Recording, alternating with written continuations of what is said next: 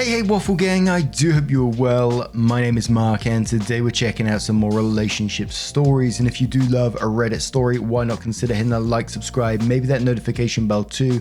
Let's crack on with today's first story, which comes from SchoolAppealNo and says, am I the arsehole for not appealing to the school to get my daughter in a higher education program? So my daughter, 14, is in 8th grade and the whole school is by the public high school. There is a program that allows 8th grades to go experience the basics of chemistry, biology, med, and engineering classes. The kids would go over to the high school in the morning for a class and miss their elective of the day, like art class or gym class. It's a pretty good program, but it is only for the top students in middle school, basically the best of the best. They also do it for students who are great at literature or arts, but my daughter falls into the science one. My oldest kids before her both did it, but my middle child didn't get in. So my daughter gets in a lot of trouble. Sometimes it's for small things, for not having her stuff for class, but other times it's for more important things. Just this year, she picked the locked art classroom to get some colouring tools. I'm talking to the principal at least once or twice a year. Not to mention how many times she has come home with a pink slip. It's like a warning. She's the class clown and really bright. No punishment that I have tried made it stop. So today, we got the letters who will be getting into the program. It will start next week until she graduates. If you don't get in, the letter always tells you why. Usually it's your grades. Well, we opened it today and it basically said that she had the grades to do it, but due to her discipline record, they will not accept her into the program. She was very upset and asked me to try and appeal it. There is a process for the school, but I told her no, that this is the consequence of her actions, and that I have warned her that they will catch up. She called me an ass, and my husband is also not happy about what I said. Edit. She's been evaluated. All the kids were. We also thought she was bored with class, so she got moved up and she flunked out. She's been to therapy, but we stopped after she refused to talk to anyone. We tried for 9 months, and she would sit in silence. And we're starting the comments with Forsaken Light, who says you're the arsehole. She's reaping the consequences of her actions. That's a good lesson for her. There's an official appeal process, use that. She's going to have to promise to change her behaviour and explain how to the school. Help her make the appeal. It'll mean more to both her and the school. If you don't, she's just going to act out even more. Edit, after we read, the appeal process isn't official. Nonetheless, help her write an appeal. It'd be good for both her and your relationship. No promises on success, obviously. Coconut Kitten says not the arsehole. Why would they let in a child who has proven to be a distraction and hindrance to the learning of others? Maybe this will make her learn that actions have consequences. Pretend Panda says if she wants to go into the program, she can write the appeal herself. And your husband can be the parent who commits to enforcing whatever she offers in terms of consequences for the behaviour change. Harper only says not the arsehole, and not every problem kid has ADHD or is on the spectrum. Your daughter needs to realise that there are consequences to her actions. I wouldn't appeal the decision. Why should she be allowed to be a nuisance and distraction to even more students than she already is? Chica DJ replies to that and says, as someone who has ADHD and maybe autism, and who's a special education teacher to kids with ADHD and autism, their actions still need consequences. This sub in particular is really quick to say, your kid is neurodivergent, and that's a get out of jail free card. No. Kids with neurodivergences have the same rules as everyone else. Having ADHD doesn't mean you're allowed to break into classrooms, and autism doesn't mean you can distract everyone around you constantly with no reprise. They still need consequences. Direct says, not the arsehole. I'm not sure how I managed to get 2 responsible children to adulthood without bad grades or detention or drugs or troublemaking and turn them into lovely married humans, have good jobs and their own homes and have nothing to post about me here. Because in Reddit land, I've been pissing off the perfect parents today. So I shall continue. This child is not mature enough for this academic program. It's quite clear. All these people dogging on the mum that she's affecting her education. No, she isn't. This is an advanced placement program.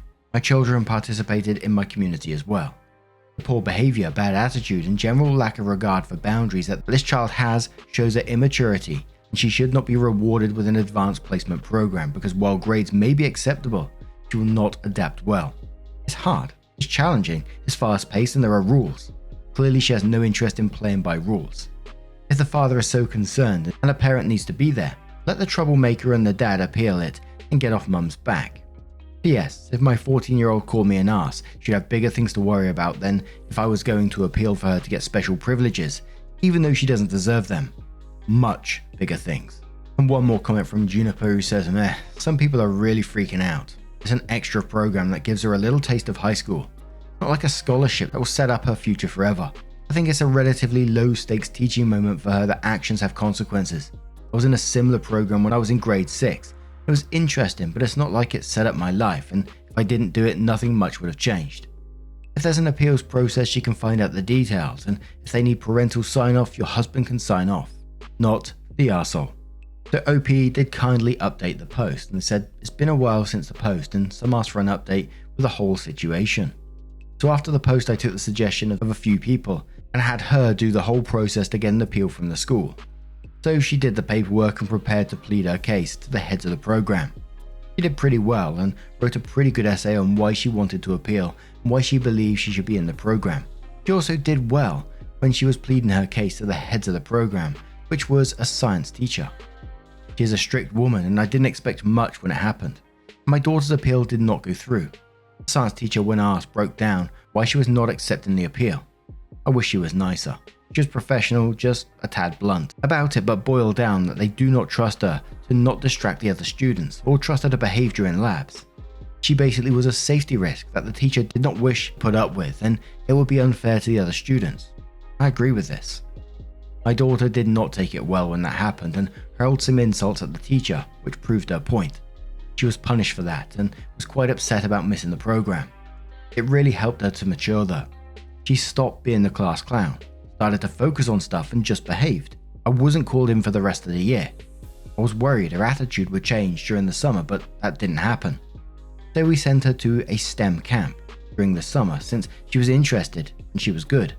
The people gave her glowing reviews and she has a real talent for engineering. She is also happier in general, and her missing the program helped her make friends outside of her friend group. She is still good friends with her friend group that went to the program.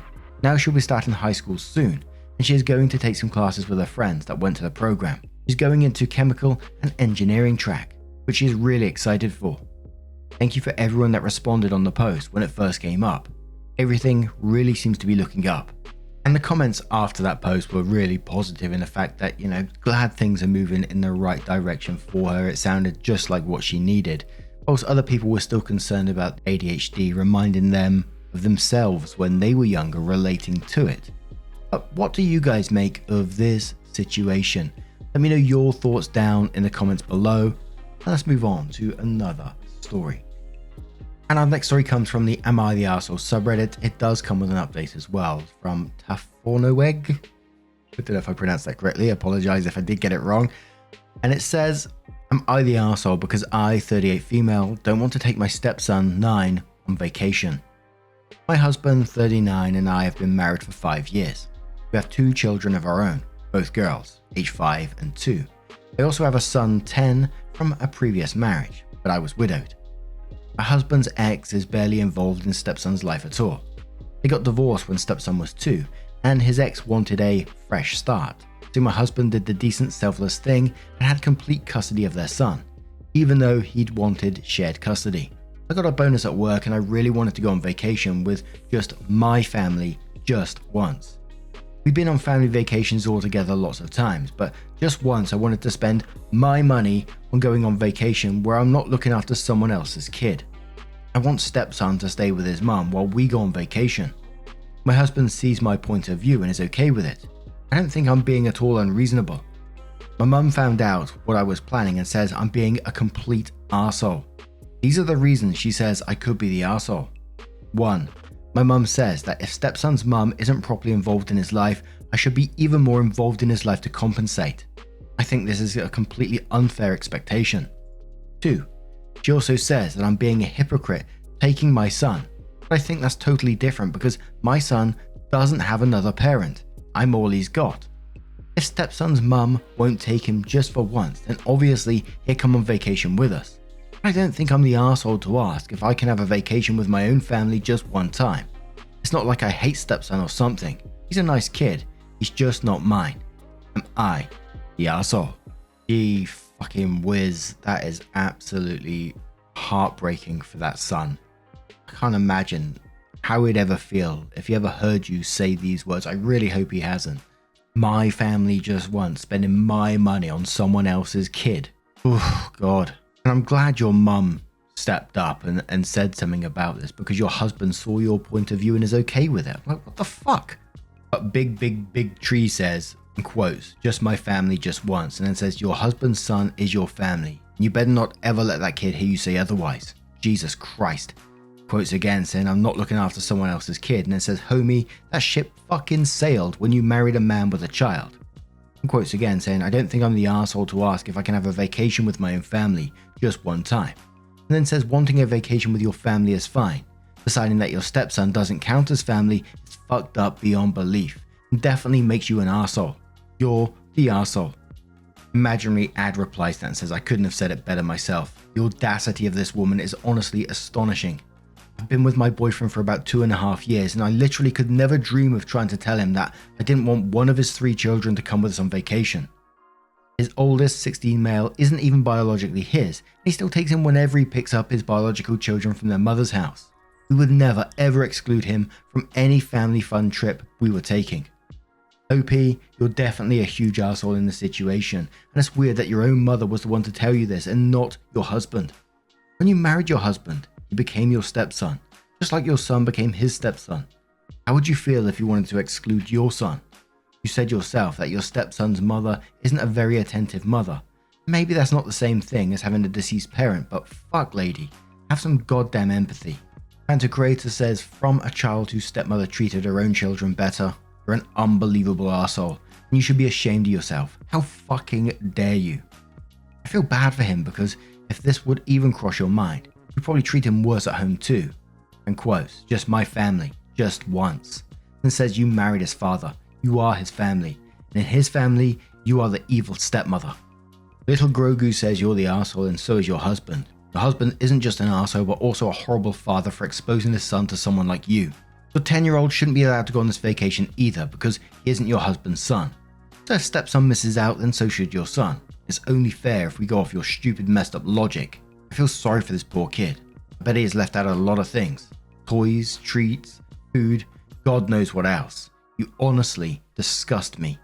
And one final comment before the update from Sunny Days, who says, let me see if I can get this through your thick head. Stepson also doesn't have another parent. His mum left and never came back because she wanted freedom and a fresh start from her child, that she birthed and was supposed to love and care for no matter what. He doesn't know her. She's effectively a stranger. You're incredibly callous and selfish for even trying to do this. And I didn't sign up for caring for a child that isn't mine. Yes you did, the moment you married this man. Just like you signed up for being a father to your child who lost a parent. I bet your kid's dad, who would have moved heaven and earth to stay here with your son. Stepson's mum chose to leave him and no longer wanted him. Step up and be a decent human being for the sake of this child. If you didn't want to be his mother, you shouldn't have married his dad. You're the arsehole times 1,000, and that poor kid. He's got no one to fight for him in this world. Oh, bloody hell, the last line hit me there. Jeez whiz. But OP did update the post and says, we definitely won't be going on vacation without stepson. After a couple of hours of replies, I decided to show this to my husband. We sat down and had a really long talk about it. He told me he's never been comfortable with my attitude to stepson, but didn't know how to say it to me before. I don't want to be a bad person. I just never thought of stepchildren being yours. I don't think it would be easy for anyone to accept this level of criticism, but all your replies have shown me I have a lot of work to do. As many of you suggested, and so did my husband, I intend to see a therapist to help me with that. As I said, I don't hate stepson in any way. I've never been deliberately cruel to him. I've always just thought of him as my husband's child, but I realized my mindset needs to change. So I'm going to start working on that. I want my family to be the best it can be, and I need to accept that includes my stepson. I understand that now, and I'm going to start seeing a therapist to become a better person. We've also talked about maybe having family therapy too. I've also made up with my mum, and she is 100% behind the changes I want to make in my life. It wasn't easy to hear everything you said, but I understand that I needed to hear it. And I have to say, this whole post just left me incredibly sad. The part in the update where it said, he's told me he's never been comfortable with my attitude to stepson, but didn't know how to say it to me before. So it just says that it's been an issue in the past and it's never been brought up. And The one that's suffering is the child in this. Oh man. What do you guys make of this situation? Let me know your thoughts down in the comments below, and let's have another story. And our next story does come with an update as well from Real Estate Reptile, who says, am I the arsehole for refusing to sell my rental properties at my fiance's request? Throw away because, you know. 2 years ago, I, 36 male, proposed to my fiance, 30 female. Our wedding is going to be this coming summer. When we met, we both owned properties. She owned a pretty typical luxury townhouse, and I owned 2 properties in the inner city. We both agreed that when it was time to cohabitate, we'd live in a condo. I own an old 2-up, 2-down duplex in a neighborhood that butts right up against an old industrial area, which I was living in until we moved together. And the next block, I also own a 4,000 square foot concrete block industrial building. I got them as part of a screaming package deal about 12 years ago when you couldn't give property away in that neighborhood. I now rent the duplex to a couple of Hispanic families. And God, I hope they never leave me. Best renters ever. And I rent half of the factory building to a guy who does HVAC and the other half to some microbrewery hipsters. The powers of gentrification have been at work in this hood for about half the time I've owned these places, and I'm making boku bucks on these rentals. I could lose my job tomorrow and not even blink. My fiance does not see it this way. Ever since we moved in together, she's been pestering me to sell the places. It's been ramping up the closer we get to the wedding. I keep telling her as long as I own these places, it's a practically guaranteed third source of income and would be invaluable if either of us hit a rough patch job-wise. She doesn't see it that way though. All she sees is a potential big pile of liquid cash that can go towards wedding, honeymoon and upgrades to the living situation after. We had the biggest blow up yet about it last Saturday and I kinda lost it. I'm a saver and she's a spender. I said that to her in a far less pleasant terms and also mentioned the amount of credit card debt she has. And since then things have been pretty frosty. Am I the arsehole for refusing to sell my second income? So someone asked a question, they said info. In quotes, I'm a saver and she's a spender. I said to her in far less pleasant terms and also mentioned the amount of credit card debt she has, and since then things have been pretty frosty, and then says, what exactly did you say? Look, I don't think you're an arsehole for this financial call to keep the properties, but clearly something was said that is less pleasant, and that might be an arsehole thing. Probably will get not the arsehole for this, but if it's just an am I the arsehole for not selling, the answer is no. Absolutely not. But were you an arsehole for how you defended that position to your fiance? I need clarification. Lol. Hoopy says fair. I can't remember everything verbatim, but the worst of it started with, if you didn't spend so much fucking money on, and ended with your fucking credit cards. With a long list of poor financial decisions and items she blows money on every month in between. It wasn't nice. But this shit has been going on for years at this point, and this is the first time I've lit off like that. Won't even be mad if someone calls me an arsehole over that. It needed to be said. But Queen Moogle says, not the arsehole, and I'm letting you know now. A wedding will not stop the two of you from fighting over finances. It sounds like you both handle money very differently.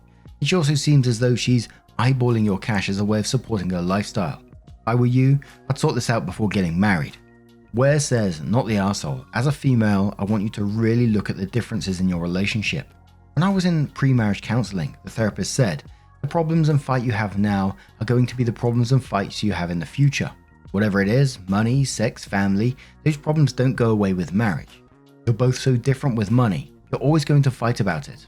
Furthermore, the fact that you bought low and are making money and she doesn't see that as a good thing tells me she is not smart. Like this is some common sense stuff. Think long and hard about marrying her, dude. OP adds their own comment and says, I see some people are asking about the amounts and what it would be spent on. OP says, I won't go into exact details, but the amount is a lot.